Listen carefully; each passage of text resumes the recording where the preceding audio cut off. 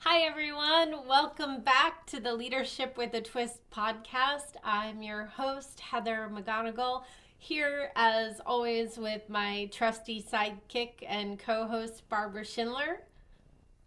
Hi, everybody. Welcome, welcome. And today we're going to talk a little bit about communication, specifically proactivity in communication. So let's dive right in. When do you share, what you share, why do you share it, and timing and why it matters. Um, yeah, so I think, Barbara, in getting inspired on this particular topic, one of the things that I think a good starting point is that anytime somebody you report to, so it could be the CEO, it could be your supervisor, but anytime someone is coming to you to ask for an update, then you've moved too slow in the communication. Yeah, a lot of times I coach this by, really working at being one step ahead, Hmm. right? What information would be helpful to share? Like actually, thinking about this as part of planning your day. You've had a meeting, you've got some information, you've finished a project, you're working on a project, and you give an update before they're wondering, how's that project going? Anything that one step ahead in communication is hugely beneficial. As soon as somebody's wondering, like, how's that project going? And how about all those other things? How are they? Yes. It snowballs, or it's like, if they have to ask, it's like they start thinking like, I always have to do all the work to ask. So really, really, it's very valuable to think ahead. Who needs this information? Who would be benefiting? Whether it's the team, you might come from a senior leadership meeting, and before your team's like, how'd the meeting Any good go? updates for us? Yeah, be like, hey, let's get together. I have some updates that I want to share with you while they're fresh and new in my mind. That is going to make a huge difference in how people are then available to receive, and also recognizing and trusting when you have information that's going to be beneficial or valuable, you're going to share it. You're not going to hold it. Yeah, I was going to say that level of the information flowing down in the business, downward, like you have updates to share with your team and you're sharing it proactively. That goes a long way to create safety and build that healthy culture that people want to be a part of because they do, as you say, then get that feeling, that sense and knowing that, hey, when there's updates, we get the information. So in a challenging business environment, maybe like one like we're in today, your teammates can be at ease with the thought of like, well, yes, but in my company, when there's big updates, we are informed. I know that. That's what happens here. So that creates a sense of safety and security as opposed to maybe an environment where updates aren't shared a lot, and then the human brain gets wondering about stuff going on in the outside world and how's that really impacting us here, and they don't really tell us anything. So it might be time to brush up my resume because you never know, because I'm hearing all of this outside, right? Right, right. And I'm also thinking as you were sharing, I was like, when we teach delegation, we Yes. teach to share information that might be helpful, give resources along with the task and what it's going to look like and the time frame. And this information might be helpful. One of my what would you say? One of my pet peeves, or one of the things that frustrates me a lot, and I've had these experiences over the years in my own space of my own work, is like, doing a project, a task, setting up a communication, whatever it is, and then delivering it. And then somebody comes in with, oh, let me add to your thinking. And I'm like, why didn't you set me up with that? Like, you knew that, but it's just like, it, I don't think it's intentionally mean or anything. I think it just is habitual for people to not be thinking, oh, I'm a resource. Let me share information. Barbara's working on that project, that might be helpful to give it to her up front Yeah. instead, like, because then you start feeling on the team starts feeling like, I know there's more information that I don't have. It's going to come up later rather than forward with it, right? And it's just not the rhythm that is the best, really, for collaborative work together. And sometimes people shy away from giving information in those types of scenarios in some situations because they're afraid of micromanaging. And Mm. in that case, it's like, you know what? I don't think I've ever coached a teammate that was offended if somebody had a way that they already did something and thought about something. And if you could share that with me and that would make my life easier today, I would like to know that. I don't really need to reinvent the wheel. If there's a Yeah. way to do it that already works, people usually appreciate that, especially in a busy company with a lot to do. The other thing, I'm glad you mentioned how we teach delegation and we have a whole delegation formula. I was thinking with this topic, proactivity and communication, and also when those updates could be missing. And if an update's missing, it creates this gap where somebody might wonder, what else don't I know about, right? Like, what else, other updates am I missing? I often feel when I'm teaching delegation, we have built into the formula that we teach that how will I know when this is complete so that I can acknowledge and appreciate you? But we have that built in. How will I know when it's complete? And you make that a part of the delegation so that there are no open loops and so that you get that closed loop and that update of completion, right? So your supervisor knows this is done now. Here's everything you needed. Here's the information. Here's how it went. I often think of delegation done this way and done successfully as saving me from waking up in the middle of the night and thinking, whatever happened with that thing? I don't know if I know, right? So you're saving people on your team a lot of anxiety. And when you're in proactive communication and moving information up to your supervisors, your CEO, the project lead, whatever, if you're keeping that information flowing, this is done, hey, this is where this is at, that keeps everybody informed and it really creates a great working environment. It lowers anxiety, even if you're going to be off on your timeline. It's better to keep people informed. This is where we're really at. This is what's happening now. It's good to be Mhm. proactive in communication. It creates a more harmonious, better working environment, and good delegation done correctly has this built in because for this very reason. Right. And earlier in what you were just sharing, you were talking about micromanaging, and there seems to be this a misconception of wanting to be so careful not to be a micromanager.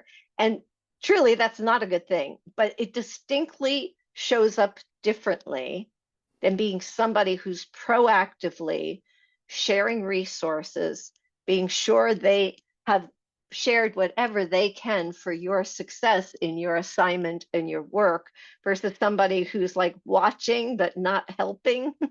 Yeah. Like micromanaging feels and shows up very differently than what we're talking about here. Right. So don't shy away from this, actually embrace this because it really does help others, be able to do their work at their best. And it makes a difference in, well, it's trust level for sure. Well, I mean, And and that's a good point, Barbara, because micromanaging is not with the intention of really setting people up for success. exactly, It's it actually with feels the, different. yeah, because It's it's really coming corrective, from it's an testing. opposite Yeah. intention. It's not really, if we were to be authentic, if we're micromanaging, we're not really setting people up for success. We're more waiting for that moment when they're going to fail. Yeah, so we can be successfully correcting them. It Right. really is very different. And that comes up a lot because people are shying away. It's like, no, So, and it's a then that very different experience. as a leader, as a team member, if you are someone that's afraid of micromanaging, I think then you can pause and check in with yourself. Am I in self protection or self leadership? Mm-hmm. And what's my true intention here? What is my goal? Am Yes. I striving to develop this person and set them up for success, give them all the resources and insight they need for this project? Or am I thinking they can't handle this, they're in over their head, and I'm waiting for them to mess it all up? Where am I really coming from? What am I going for here? Can you It be really will honest make with a yourself difference. there? Yeah. What's Right. driving you? And if your true intention is setting your teammate up for success, then you can lead with that as you bring information. Hey, Barbara, my intention here is to set you up for success on this new project we've given you. I want to share some of my thinking because last year when we did this project, I carried it by myself, and I'm Mhm. so thrilled that you're going to take it this year and I don't have to carry it by myself. But I thought I'd share with you how I approached it in case it's helpful and it helps you be successful this year. Right. You really can't go wrong with that kind of sharing. And I was thinking that even like sometimes holding information, one of the examples came to mind when we were talking is like, oh, they probably know we're working on this type of thing. Like, don't make assumption, like Mm-hmm. sharing updates. This is kind of more like an update, or as you said, like moving communication. It's like don't hesitate so much because usually it's helpful. A scenario recently in coaching was that they're working with some consultants working on developing the infrastructure, so team roles and structure of your organizational charts and things like that.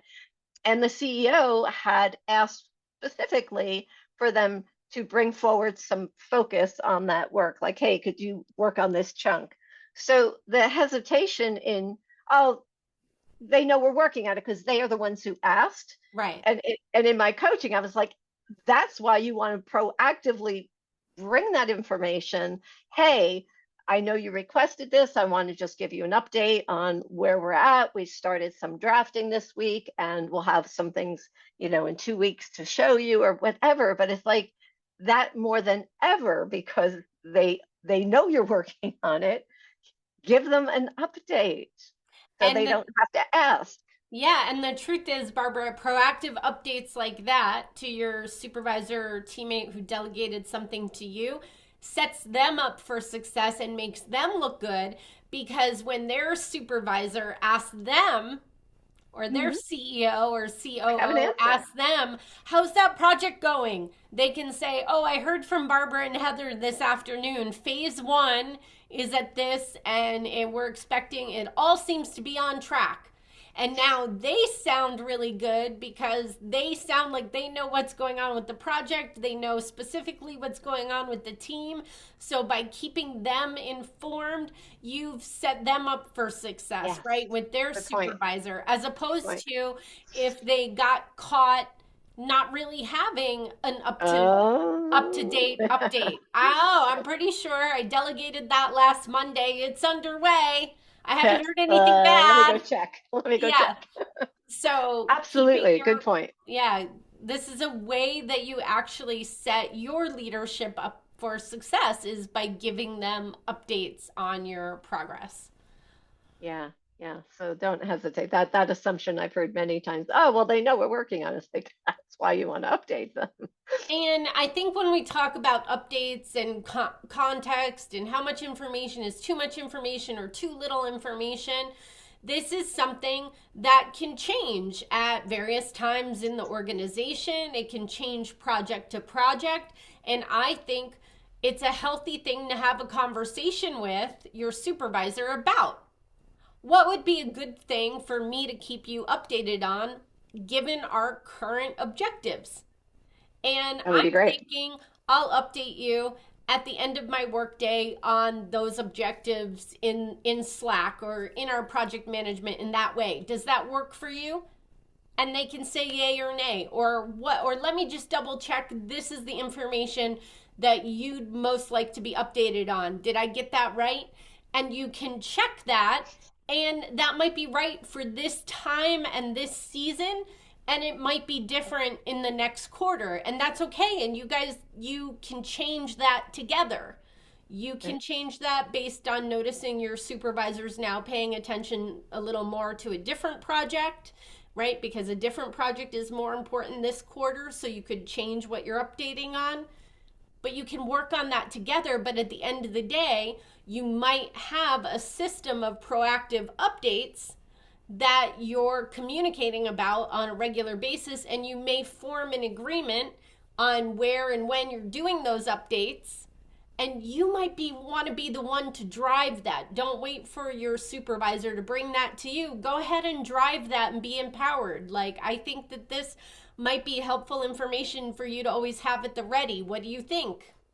Right, right. I And love the check-in part of this to fine tune and because don't make if your assumptions. supervisor goes, oh well, I know, I look at that in the project management software, I already have that information, it's fine, you don't have to do that, then that's great, then you found that out, right? So again, sometimes with updates, and is it too much information or too little information? Because I've coached people who at times think that their teammate is too busy, so they don't want to bother them, so then they don't want to share the information with them.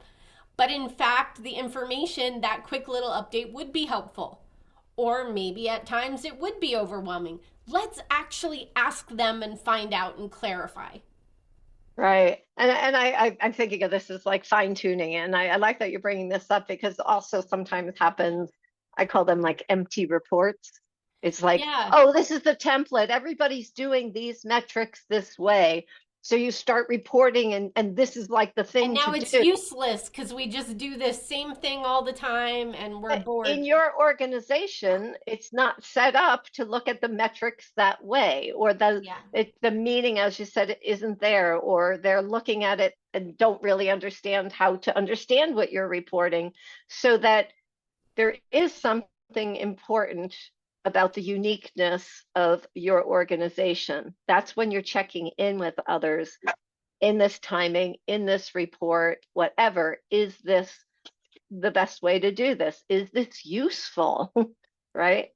And I think sometimes those weekly reports or whatever, where we have a flash report and we have a standardized template, I think it's a good idea to mix it up a little and make it like, this quarter we're focusing on this because that's what's really happening in the business. This quarter, our strategic plan, our main projects are this. We do have this different focus. Let us update, let us have a different conversation going on in the flash reports, because when it's the same every single week, everybody gets bored.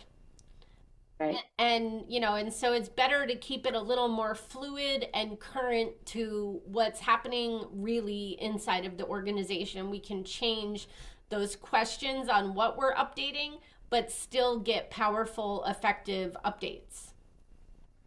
Yes, for sure. So communicate enthusiastically and proactively. Yes. Share the information. Be known as a resource that's generous and comes forward without asking.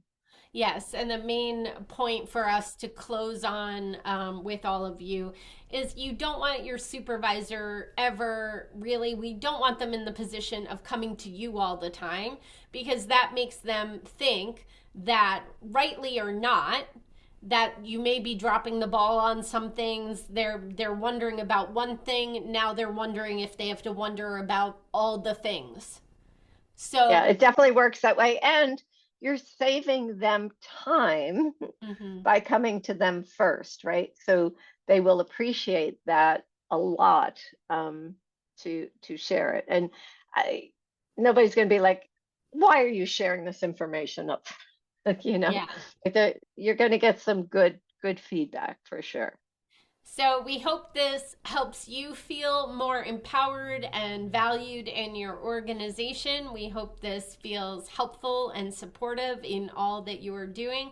If you would like some support in customizing this particular teaching to your role and your organization, there are links available underneath this video where you can schedule a coaching call with Barbara or myself at no charge. We love supporting entrepreneurial leaders and their teams. We would love to meet you and help you meet this moment by helping you get coaching on this particular topic and helping apply it to your role. So please take us up on that opportunity if you're feeling called to do so.